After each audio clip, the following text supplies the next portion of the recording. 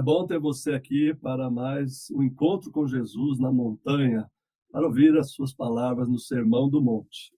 Por isso, seja muito bem-vindo, seja muito bem-vinda para mais uma conversa bíblica sobre o Sermão do Monte. Neste vídeo, nós vamos começar a estudar as antíteses que Jesus apresenta, são 5, e ele interpreta e aprofunda a lei e a tradição do Antigo Testamento.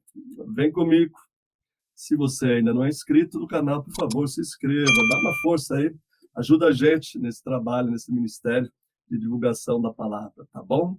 Nos vídeos anteriores, nós concluímos a introdução do Sermão do Monte, que vai do capítulo 5 de Mateus, de 1 a 20. E especificamente no vídeo anterior, eu falei de como Jesus veio cumprir a lei e os profetas, como ele veio dar plenitude à palavra de Deus no Antigo Testamento. Agora, nós vamos entrar, de fato, no sermão, na primeira parte do Sermão da Montanha. Eu recomendo você que está vendo pela primeira vez que assista aos vídeos da série, e especialmente o primeiro vídeo, onde eu mostro a estrutura e os destaques do Sermão da Montanha. Aqui começa, então, a primeira parte, a primeira grande divisão do Sermão da Montanha, que Jesus vai falar sobre o modo de interpretar a Bíblia dos escribas.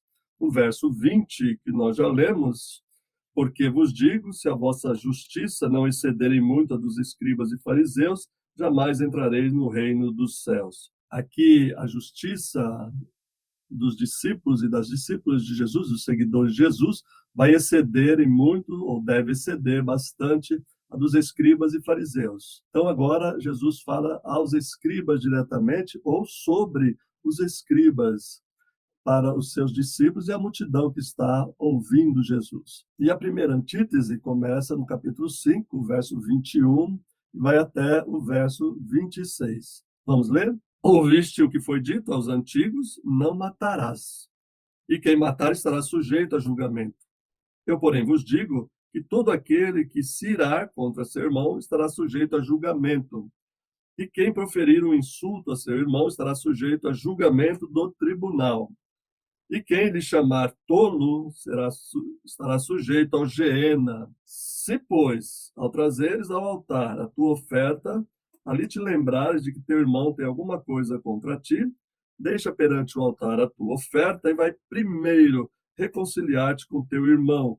Então, voltando, faze a tua oferta. Entre em acordo sem demora com o teu adversário, enquanto estás com ele a caminho, para que o adversário não te entregue ao juiz, o juiz ao oficial de justiça, e sejam recolhidos à prisão.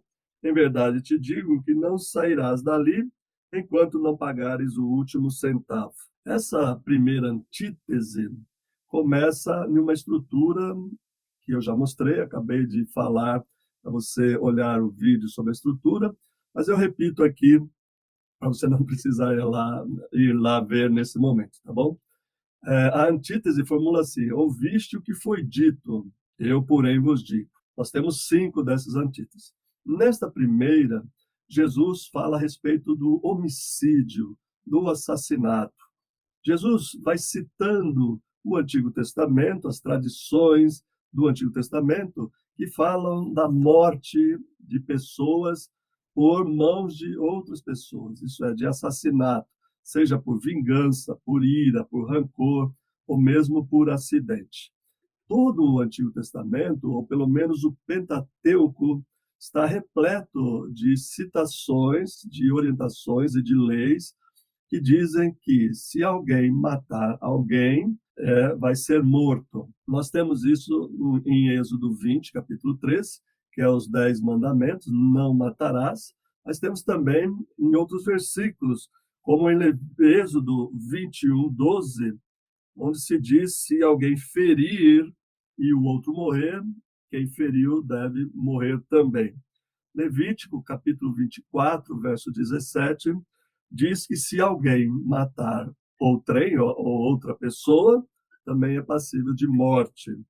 E interessante, em Números, capítulo 35, verso 16 ao verso 18, nós lemos pelo menos 3 formas de matar a outra pessoa, matar com ferro, matar com pedra ou matar com pau.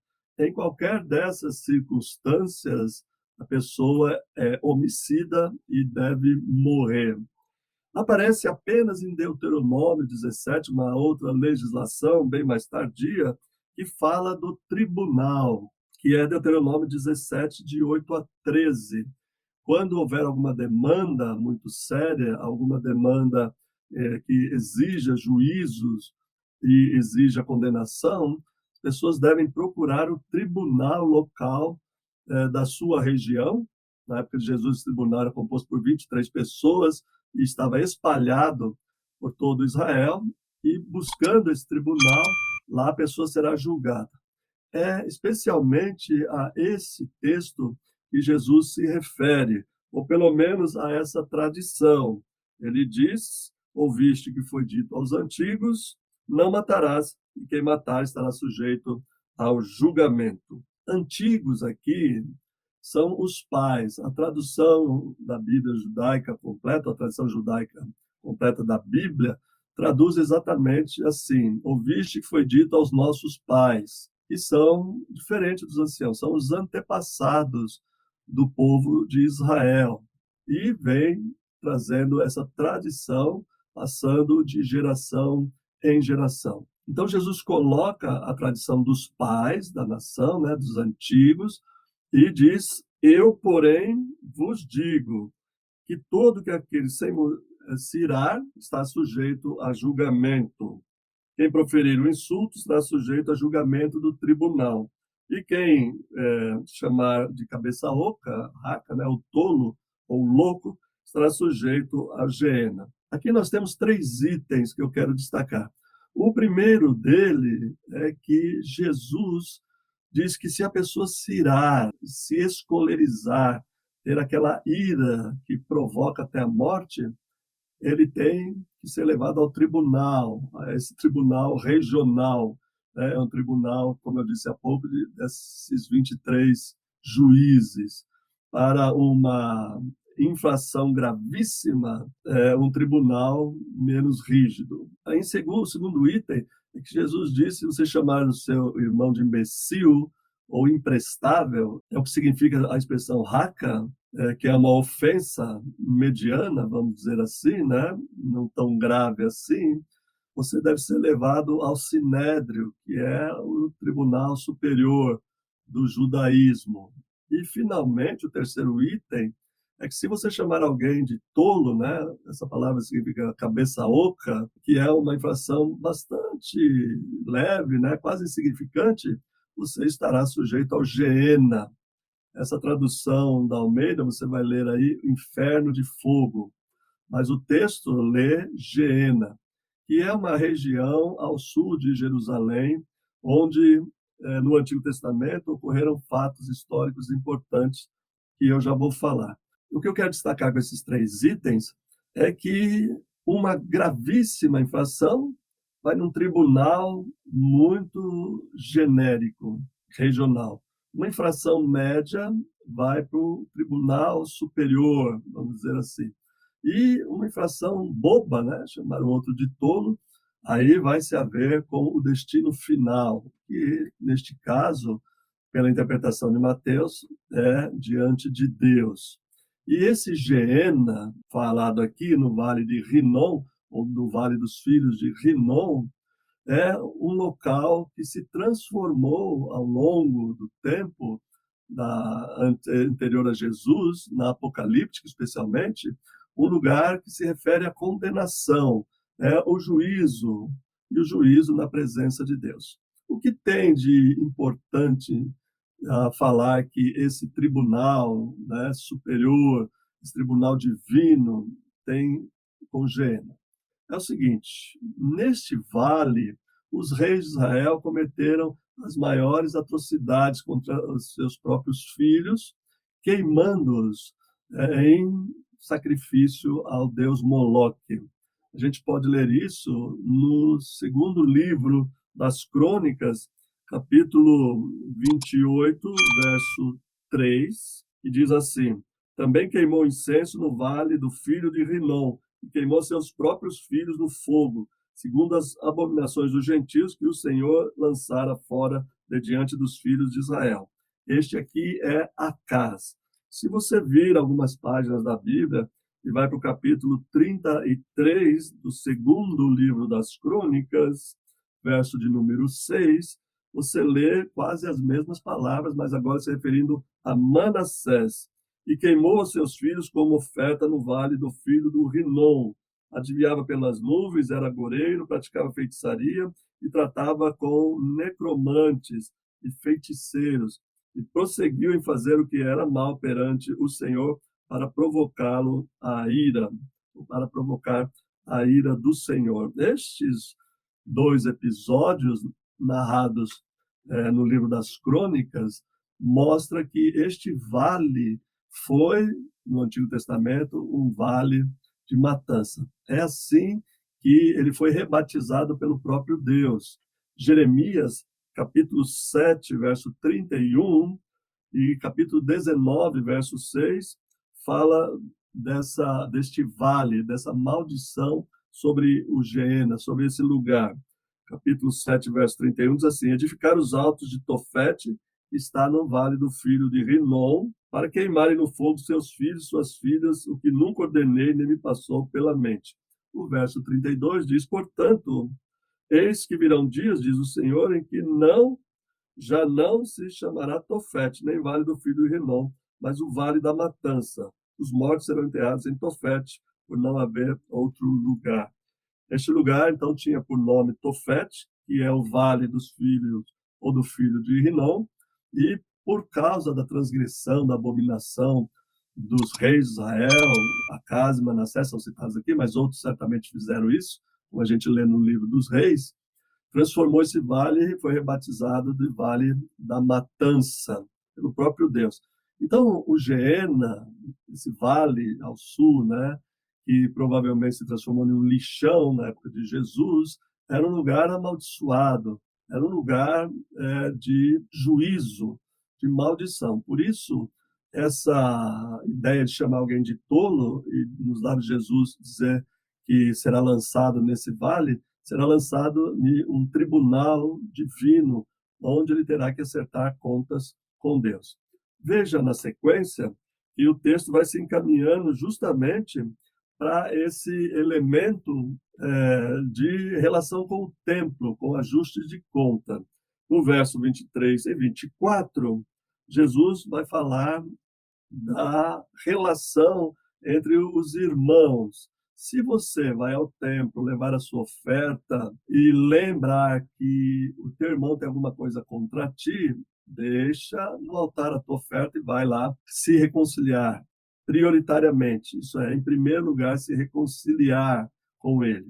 Essa é a primeira aplicação que Jesus dá aos seus discípulos, o primeiro ensinamento que ele está relendo, né, e tornando a lei aí bem mais categórica, bem mais rígida. Então ele aplica aos irmãos. Notem que aqui se você lembrar que o teu irmão tem alguma coisa contra ti, porque você fez, ou você se irou contra ele, ou você chamou de raca, cabeça oca, ofendeu, ou chamou ele de tolo, uma bobagem que você falou para ele, e ele está bravo com você, ele está bravo, né? Aí tem alguma coisa contra você, então você deve se reconciliar com ele antes de fazer o seu culto a Deus, a sua oferta a Deus. Então a exigência da lei é de reconciliação. Não é tribunal, não é morte, não é olho por olho, dente por dente, como a gente vai ver nos próximos vídeos, mas é reconciliação. Bem-aventurados pacificadores, diz a bem-aventurança. Nós já estudamos em outro vídeo, eu recomendo que você veja o vídeo sobre as bem-aventuranças, onde eu trato disso. O pacificador pacifica-se a si mesmo, mas também pacifica e pede perdão. No mesmo Sermão da Montanha, quando vai falar sobre a oração, que a gente chama de Pai Nosso, lá diz: perdoa os nossos pecados, assim como nós perdoamos aos nossos devedores. E completa: como nós perdoamos a quem nos tem ofendido. E vice-versa, somos perdoados por aqueles que nós também temos ofendido. A segunda aplicação do ensinamento de Jesus é mais ampla e vale para a sociedade. Os versos 25 e 26 dizem que nós devemos, enquanto caminhamos com o nosso adversário, resolver as questões, as pendências que temos com ele. A palavra adversário aqui é a pessoa que nos acusa em juízo, que nos leva perante o tribunal. Isso nos faz lembrar de Paulo, né? Quando diz que os irmãos deveriam resolver suas questões e não deveriam levar ninguém para o tribunal. Lembre-se que Mateus foi escrito depois destas cartas, tá certo? Neste elemento, para dentro da sociedade, esse adversário que nos leva perante o juiz, é melhor a gente tentar conversar com ele, se reconciliar com ele, resolver as pendências, porque senão, se formos acusados e condenados diante de um tribunal público, nós sofreremos as consequências do nosso ato. Então, há duas aplicações deste ensinamento de Jesus. Há uma aplicação para dentro da comunidade, no culto, em que você deve prestar culto reconciliado com o seu irmão, para ser reconciliado com Deus também, mas também com o seu adversário, que não é o seu irmão, não é a sua irmã, nem da igreja, né? Nem de sangue, mas que tem uma demanda judicial contra você, qualquer demanda, é melhor resolver a caminho do tribunal, sem chegar às audiências, né? Vamos dizer assim, resolver nas preliminares. Desta forma, Jesus reinterpreta a tradição que foi passada aos antigos de que não é apenas o assassinato, não é apenas a morte da outra pessoa que deve nos levar à reflexão do não matarás, mas toda a nossa ira, toda a nossa ofensa, todo o nosso xingamento, tudo que fizermos que interfere em nossos relacionamentos de modo negativo, nós devemos buscar reconciliar. Lembre-se que tanto faz ser uma ofensa grave, uma ira, uma cólera, quanto uma bobagem qualquer que ofende a pessoa. Em todos os casos, nós somos levados a juízo, no sentido de sermos arguidos para a reconciliação. A palavra central desse texto é certamente: vai primeiro reconciliar-te com o teu irmão, com a tua irmã. Esta é a primeira antítese que se apresenta contra uma interpretação literalista e fundamentalista dos escribas, dos mestres da lei, que ensinavam o povo assim. Jesus radicaliza? Certamente radicaliza, porque as relações são mais do que relações físicas e corporais de morte, de tirar a vida do outro. São relações que afetam nossa disposição, nosso ânimo, nossas emoções, e afeta certamente as mesmas coisas na outra pessoa. Portanto, essa primeira antítese tem como palavra-chave reconciliação. Procura reconciliar antes de cometer qualquer ato impensado, antes de irar-se, antes de ofender, antes de fazer qualquer coisa. É bom que ofenda e que machuque o seu irmão ou o seu próximo. Era isso. Eu espero que você tenha gostado, que você compartilhe, né? Se inscreva no canal, eu insisto, e eu te espero para o próximo vídeo, para o próximo encontro com Jesus na montanha, para ouvir as suas palavras no Sermão da Montanha. Fica na paz.